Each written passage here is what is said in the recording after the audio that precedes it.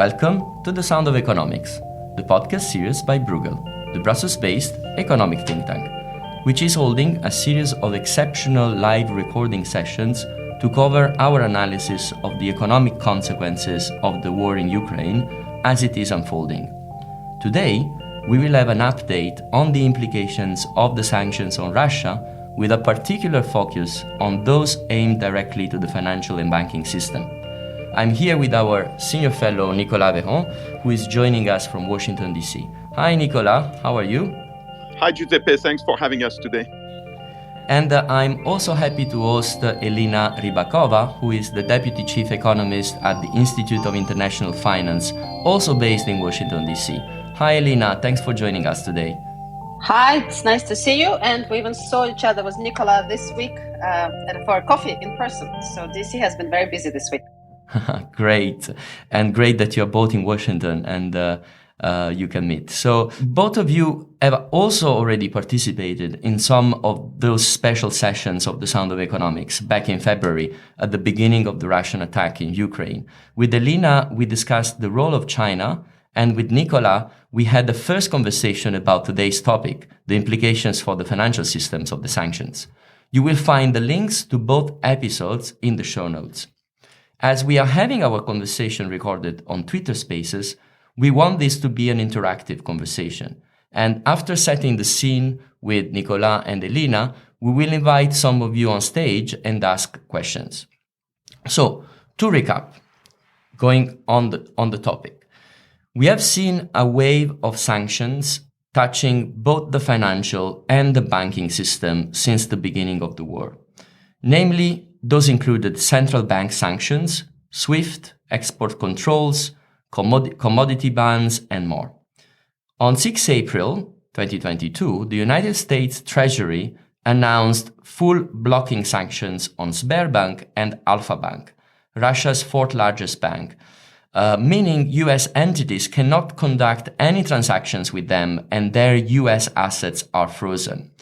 Together with the previous actions announced on 22 February and 24 February, this leaves 6 out of Russia's top 10 banks, representing more than 60% of total Russian banking assets, largely or completely prevented from any transactions subject to US jurisdiction. Nicola, you have written in a recent blog at Bruegel that on the banking front, the EU could do more as well. Why has the EU been so cautious so far, comparing to the United States that we just mentioned? And what is your take on that?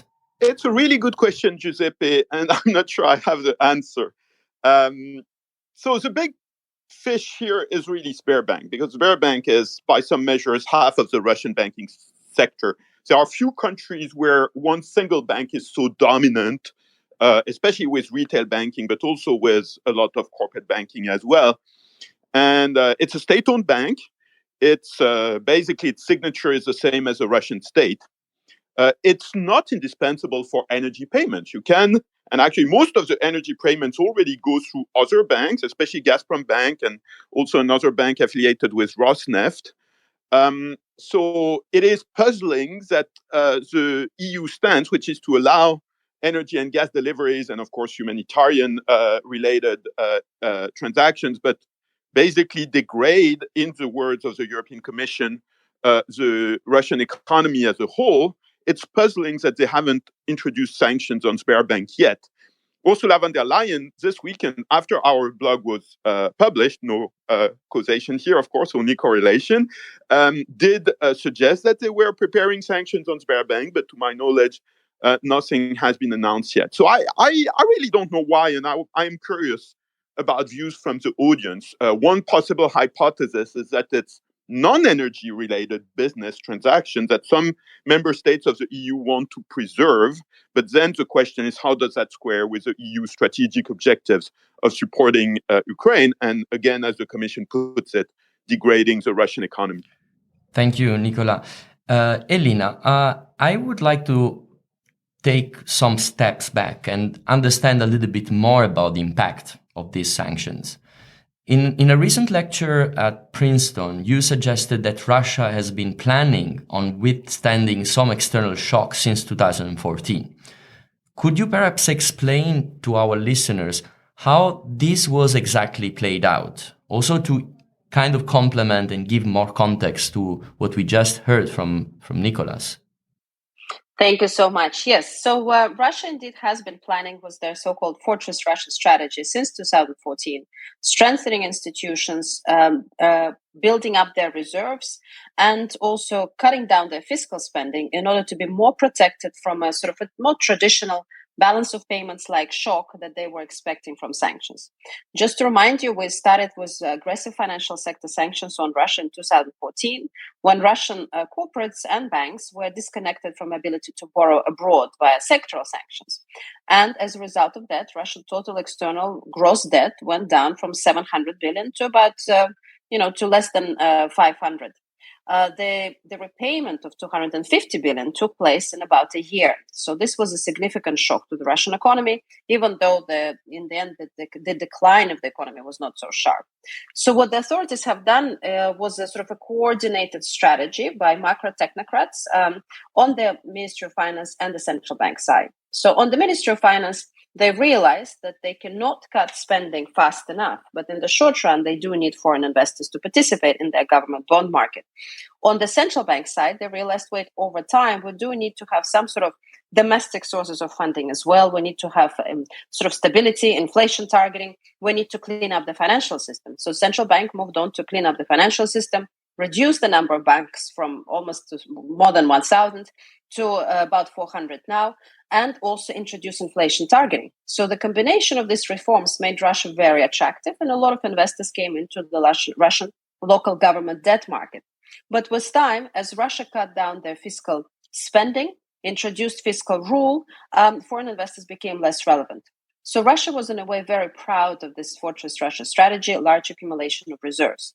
Of course, as we saw with the latest round of financial sanctions, sort of cutting off or taking over the big stock of Russian reserves, more than 300 billion, potentially out of 640 at the time, that was a significant blow to this Fortress Russia strategy.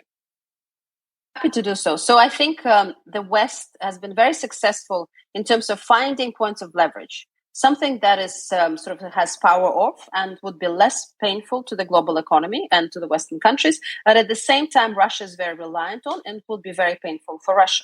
So in 2014, that was external borrowing of Russian corporates and state-controlled banks. And then since then, in this time around, it was sort of undermining Fortress Russia strategy by taking away the reserves that they have so carefully amassed, more than 600 billion before the war.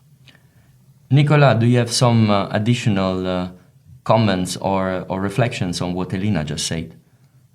No, I think she's entirely right. There was this powerful Fortress Russia strategy. The sanctions on the central bank, which were announced on February 26th, have basically undermined the credibility of that strategy, at least in the short term.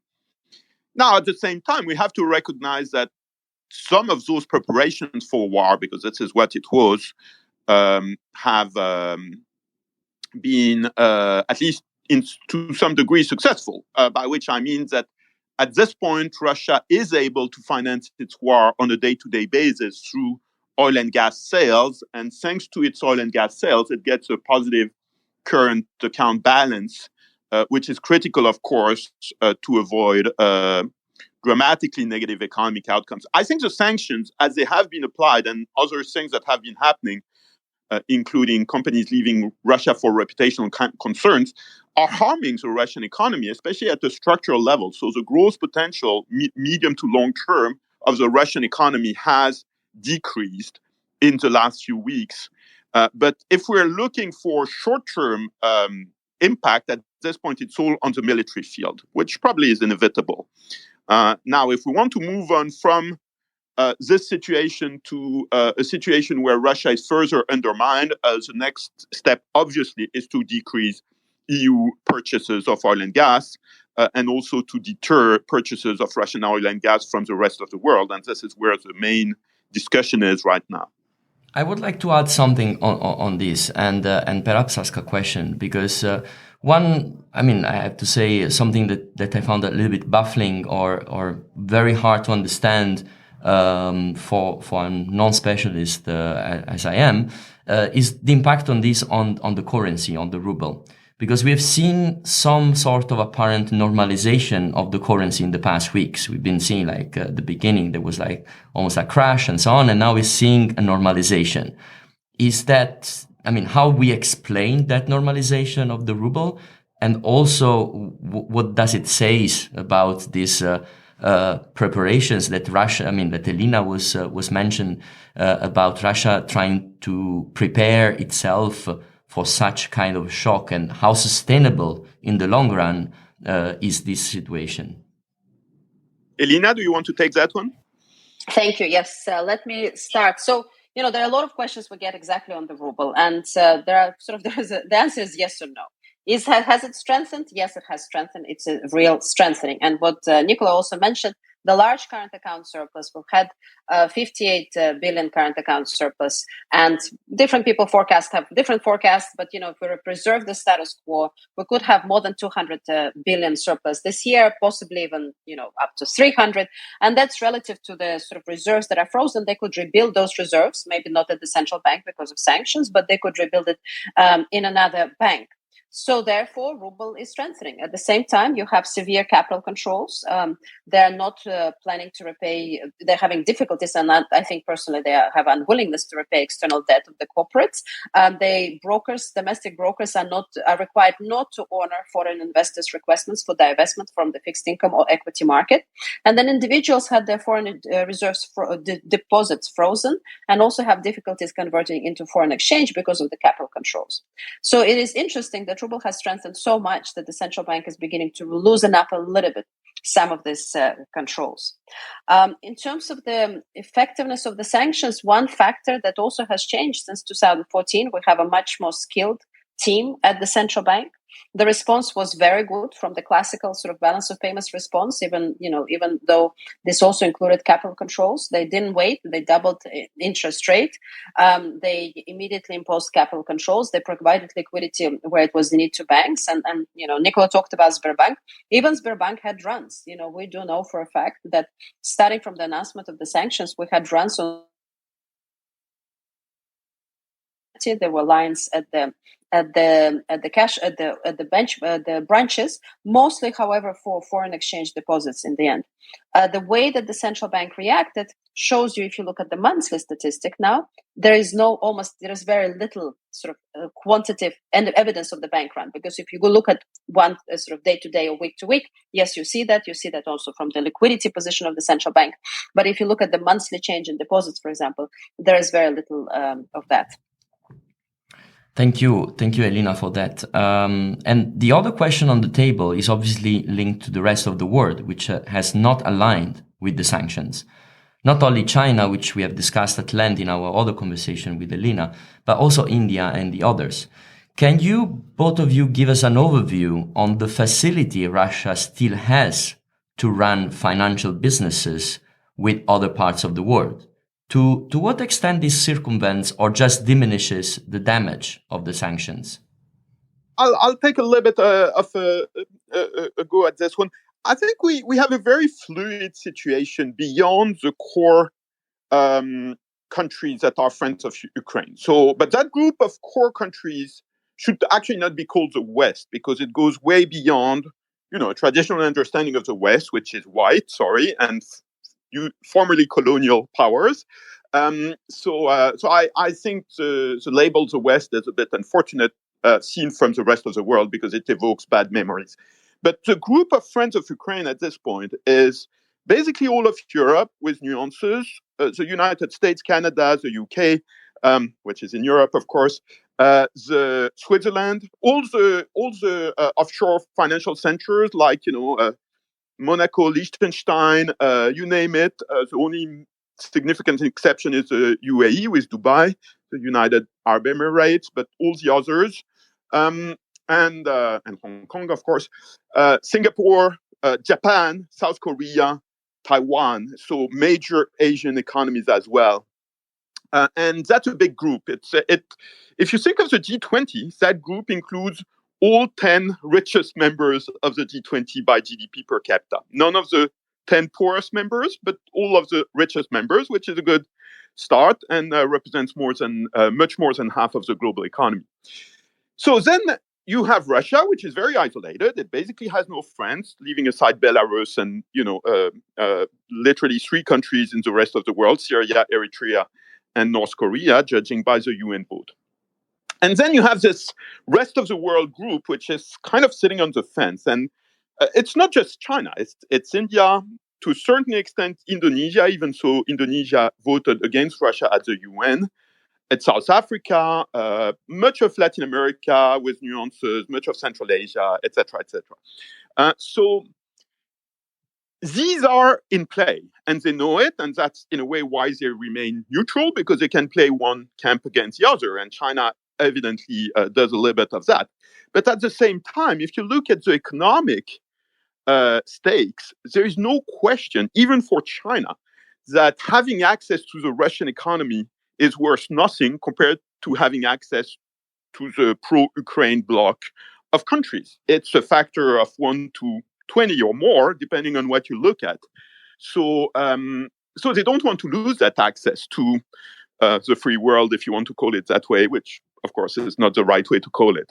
And we're seeing in the financial sector some really intriguing developments. For example, it seems to be the case that UnionPay, the Chinese international payment card system, is stopping its activity in Russia, the way MasterCard and Visa have done shortly after the invasion.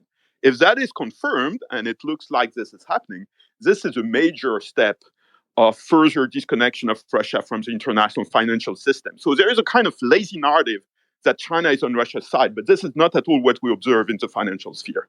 Elena. Well, I think actually I like how Nicolas sort of pointed out that the West is not the right way of putting it, and also feeds a little bit more into Russia's narrative, which sees itself as fighting the rest of the world, of the Western world, and sort of so we shouldn't be propagating that narrative either. I think the unique feature of the sanctions has been the degree of coordination. Each individual sanction was sort of important. We had a lot of nuclear options. Many of them were put together. But I think the speed and the degree of coordination was outstanding. And I think it also has something to do with the current administration in the US that was preparing the review of sanctions already before, as soon as they joined. Unfortunately, we in the public sphere only got the very abridged version of it. But we do know that they've been working closely with the international partners as they were working on that review.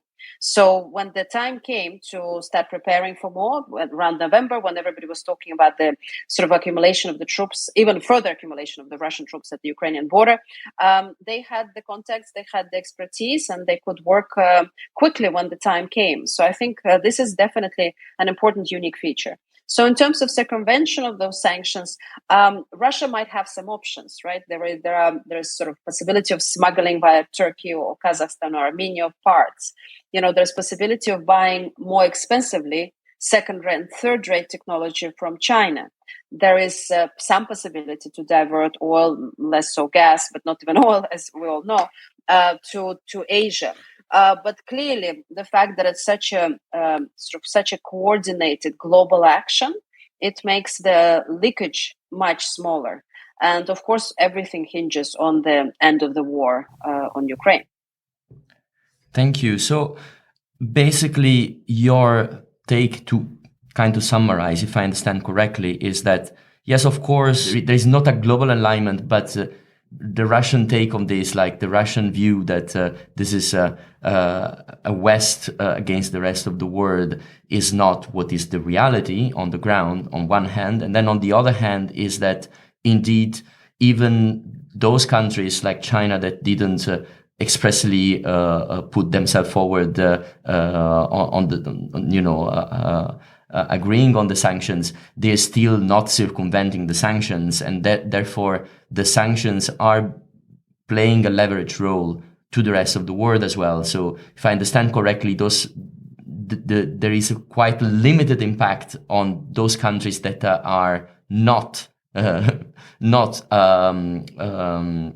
supporting the sanctions, if I understand correctly. I don't know if you understand what I mean. And if you can confirm that, like your take is that those sanctions are actually being effective and having a trickle-down effect also because some of those countries that have not supported formally the sanctions are not going to go against the sanctions frontally. Yeah, but I think you have to look at it really dynamically and not statically. This is not something that stays over time. It's a constantly changing situation. The sanctions that were decided in late February, early March, some of them are only taking full effect right now as we speak, or even later. And you know, the Russian side finds way, as they should, to circumvent them, and therefore you have to constantly update the panoply of sanctions so that these avenues for circumvention are closed. This is one reason why, together with Josh Kirschenbaum, we have advocated um, introducing sanctions on more Russian banks, including Sberbank. It's probably not a game changer. It is a small thing in comparison to the discussion about a ban on oil purchases, but it's a way to make the system tighter and to close some avenues for cross-border business seen from Russia that are currently still open. So essentially, it's a constant game of evolving positions. Like the war itself, by the way, even so this shouldn't be called a war, but it's prompted by the war and only makes sense in the context of the war. And as for third countries, I think you also have to look at it dynamically. The situation is very fluid. So, for example, in the first few days of the war, probably China was expecting to support Russia because they were expecting a short war where Russia would be victorious, which frankly most people expected given the disproportion of military strength, or at least on paper. Now, we've seen the Ukrainians respond very strongly, at least in the first 2 months of the war, and that changes China's calculation. How the military situation will evolve may again change the calculations from a number of countries. So I think this dynamic element, this changing element over time, is really critically important for the assessment.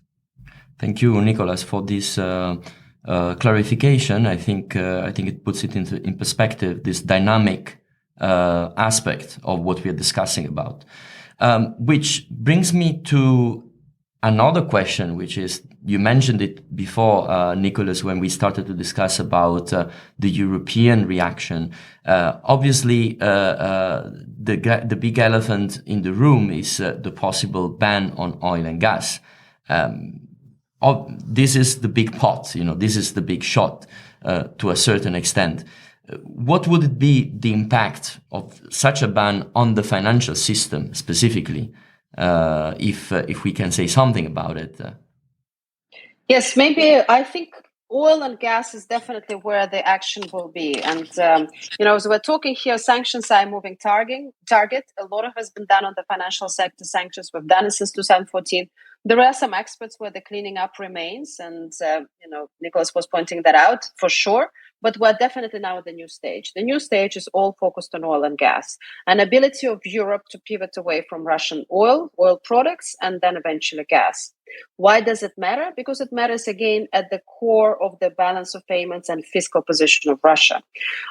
You will be undermining then the ability of the Russian government to generate foreign exchange inflows and revenues. Because oil and gas account for I would say almost half, a little bit more than that, of current account inflows, export inflows. And then for the budget, oil and gas revenues, depending on the condition of other revenues, and of course, with the contraction in the economy, they will likely shrink. During recession, they account for almost half of federal budget revenues. And of course, it's a bit less for the consolidated budget. Long story short, this is where Russia gets foreign exchange. This is where Russia gets the ability to finance the war. Of course, other measures like export controls and self-sanctioning by countries make break down the supply chains to Russia, make industrial production much harder, make military production much harder. But of course, the source of the inflows for the government comes from oil and gas. What would that mean for the financial system? I personally think it would have a secondary effect. To me, it would have a direct effect on Russia's ability to finance the war. The financial system could be sort of shaken as a result of this indirectly, but here the focus would be more at the core of the government's ability to generate money to pay for the war.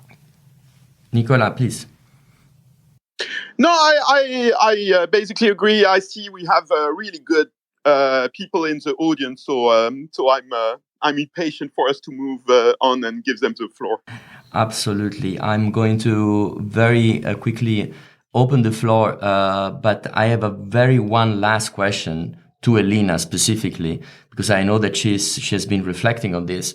What in the longer run could there be also counter sanctions from the Russian side? Historically, Russian authorities have been very ineffective with their counter sanctions. I mean, they've kind of tried to target individual countries. They try to sort of aim at fragmenting Europe, and we know that in Europe consensus is needed on sanctions, and that's where Russia has potential and opportunity, especially on oil and gas. And we saw Hungary already making comments that they will pay in rubles, whatever that scheme might be. So Russia's ability to produce counter sanctions ends up hurting them more than it hurts anybody else. We know already that Russia is prohibited export of actually exporters of wheat, but in the end of the day, it's going to hurt domestic production, because there will be, domestic agricultural producer will not plant as much for the next year, and then also next year when they need some of the imported seeds, and they do import seeds, they will not get them because the foreign companies will say, "Wait a second, we're not very happy." So again, I think Russia's ability to do counter sanctions, in my view, in my experience, in our experience, has been limited. I would only point out that there are some critical metals that might be not very critical for Russia's balance of payments, but they're definitely critical for some of the global car manufacturing and digital or production. So it's definitely something to watch. Thank you, Elena. And of course, as Nicola has anticipated, I would like to invite a few people to join us on stage and ask a question to both of you. While people are preparing questions, I have a question to Elena, which is forward-looking on what she commented on in terms of the ruble rate. Elena, how do you see that going forward? Do you think that the ruble will stay stable for the foreseeable future, or do you think there could be new episodes of volatility in this exchange rate, which, as you rightly explained, doesn't mean much at this point? Oh, thank you. That's a fantastic question. It has something to do with Russia's outflows. And the outflows take many forms. It can be sort of other outflows by residents. It can be gross investment abroad. And if you look at the long history of Russian balance of payments, there is always this gray area of some outflows. And I know the Central Bank of Russia made studies. We have made studies as well. So why is this important? Because it can be in Russia very non-linear and leaky. And that's where the central bank right now is between a rock and a hard place. On one side, they do feel that it's a bit too strong. And I think generally central bank doesn't think too much about the implications for the fiscal revenues. But now it's different. Now we're back to USSR. So probably central bank thinks about implications for fiscal. And as we know, oil and gas revenues, they are in foreign exchange, 50% of revenues. If that depreciates a little bit, that's an increase to your revenues almost directly, right? So that is important for the budget and financing. So the central on the individuals, on the small individuals, the sort of smaller FX deposit holders, they would not want to see massive speculation by oligarchs or large enterprises taking money abroad, for those who are still not sanctioned. So I think that's where, so I see them trying to loosen up the exchange rate to try to move it a little bit weaker. So that's my key sort of expectation. Another one is because of sanctions, and of course there is no more fiscal rule at the moment, the central bank cannot accumulate reserves. So to the extent, I'm curious, would they try to use one of the non-sanctioned banks to accumulate pseudo reserves? And we know that there is the interpretation of sanctions that would prevent that. And also there is a risk. If there is an unsanctioned bank now, it might be sanctioned down the road. So these are the two things I'm sure central bank is struggling with now. And last comment on volatility. we all remember 2014 December in highly liquid market, and I know that I think New Economic School made a study on that. It was one of the sort of friends of family of Putin that was trying to take money out, and that's what blew up the FX market at that moment. That's one of the interpretation. So we always worry about for the central bank about friends and family trying to exit and creating this volatility on the ruble. But of course, this is something the central bank and authorities in this sort of militarized pseudo-Soviet economy will try to avoid. Thank you, Elena. And in the meantime, I have a speaker from the floor who came and joined us on stage. I would like to ask the person to identify themselves and ask the question. Hi, my name is Mia. I live in Louisiana in the United States of America.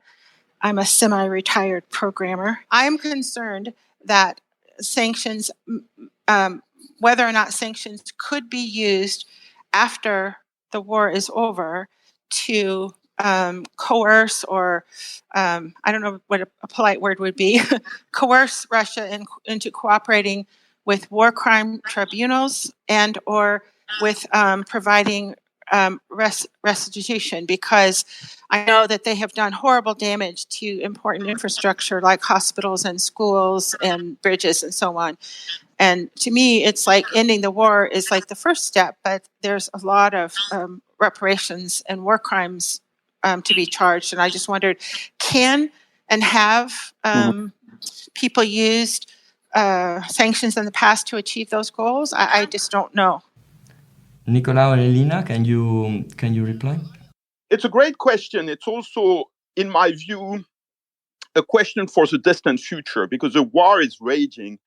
And I think many of us find it implausible that it would end anytime soon. So one piece of, in a way, good news is that Russia has not been willing to escalate to non-conventional warfare, at least for the time being. And if this war stays in the conventional realm, it could last quite long. So questions about what happens after the war is over may be questions about the medium and perhaps long term.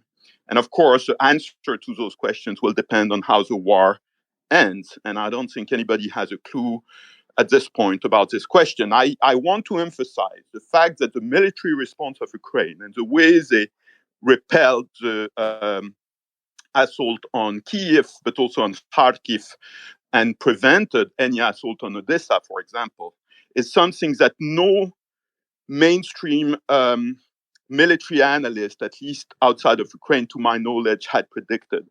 So wars are unpredictable. The military situation is unpredictable. It will probably bring other unpredictable developments, or at least unpredicted. We will rationalize them ex post, as we always do, but we didn't know them ex ante. And so I think we have to be very humble at this point on any anticipation of how this war will end and when. Thank you, Nicola. I have one last intervention from the floor, because then our time is going to be over, unfortunately.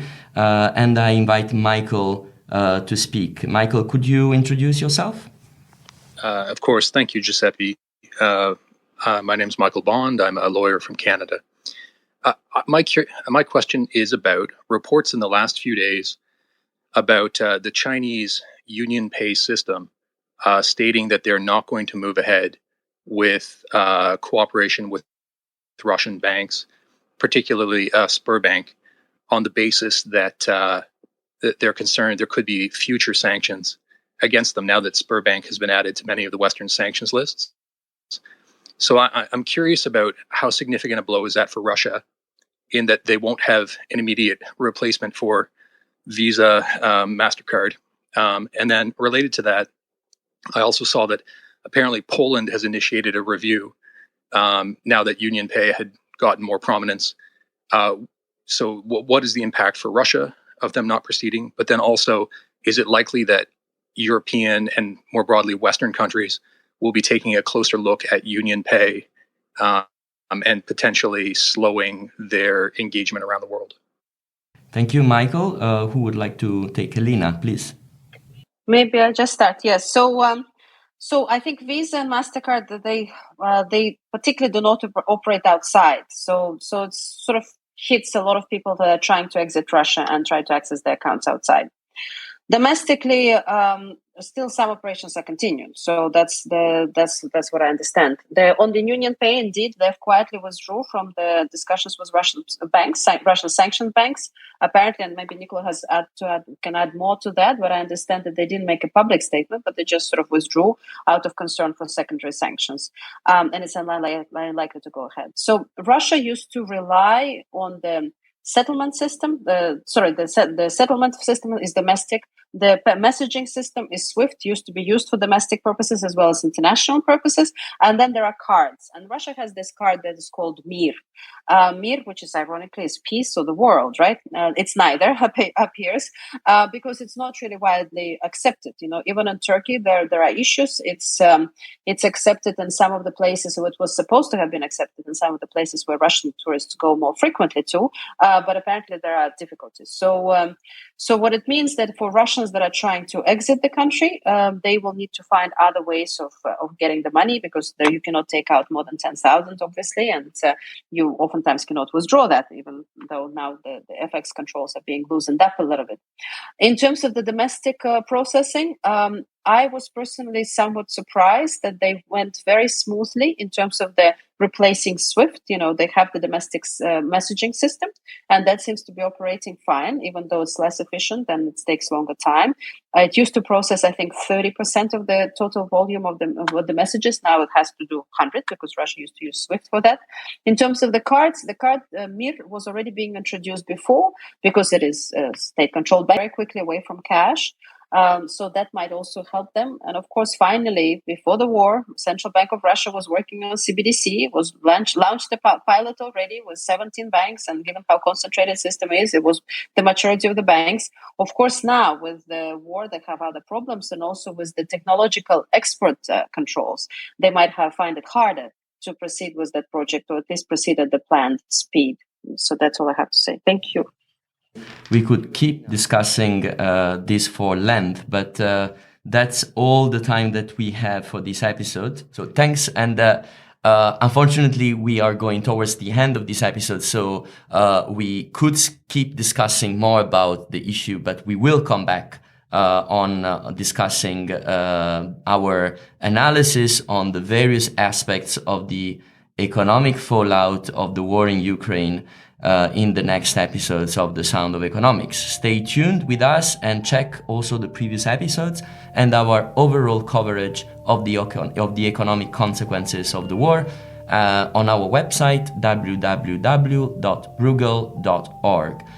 Thanks a lot, Elena and Nicholas, as well as all the listeners and those that intervened in the discussion today on Twitter Spaces. And thanks for all of you tuning in to listen to The Sound of Economics. Until next time, bye-bye.